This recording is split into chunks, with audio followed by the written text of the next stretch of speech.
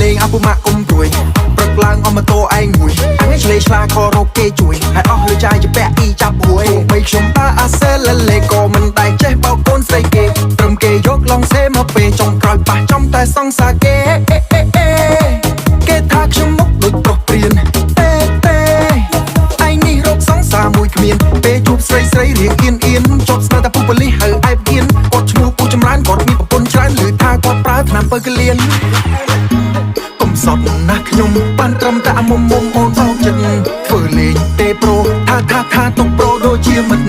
ឮពីនេះហើយអូយឈឺដូចជាត្រីដុំអិនឲ្យខ្ញុំខូច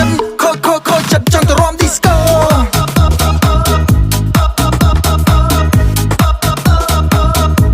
ខូចចិត្តចង់ទៅរាំឌីស្កូ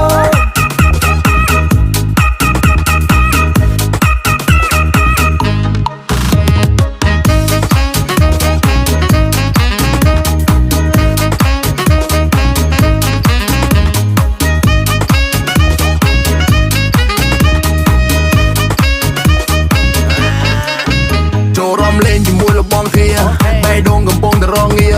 មានរឿងនិយាយនៅក្នុងចិត្តហើយអស់ប៉ុន្មានក៏បងមកលើហៀចិត្តចូលឆ្នាំកំព្រាតែខ្លួនមួយ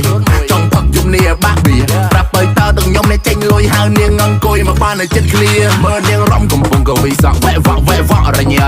ហើយស្ទាយនាងរំបដូចជាលែកឡាក់ញាក់ឲ្យដូចចំណូលថ្មីមើលមាត់នាងវាដូចជាចង់ខក់ឲ្យដូចជាឆ្លាក់ត្រីមើលពីជើងរហូតដល់សក់សំលាក់ដូចខ្មោច7ថ្ងៃអូននៅក្មេងញ៉ាំរំមុនរែងញ៉ាំចិត្តក៏លេងខ្លាំងបែបនេះមែនតែនឲ្យបងវងវែងបងចង់ចូលពេលញ៉ាំយប់នេះងើពីតុកបងនៅមិនសុខហៅអូនលេងអុកនៅយប់នេះអូនថាទេជុកទៅមានមេអូនអត់លេងទេស្ដាយបែបនេះកុំសតណាស់ខ្ញុំបានត្រឹមតែមុំអូនអោកចិត្តធ្វើលេងទេប្រូថាតុកប្រូដូចជាមិនឮពីនេះហើយអូយឈឺដូចជាត្រីដុំអិនឲ្យខ្ញុំខូចចិត្ត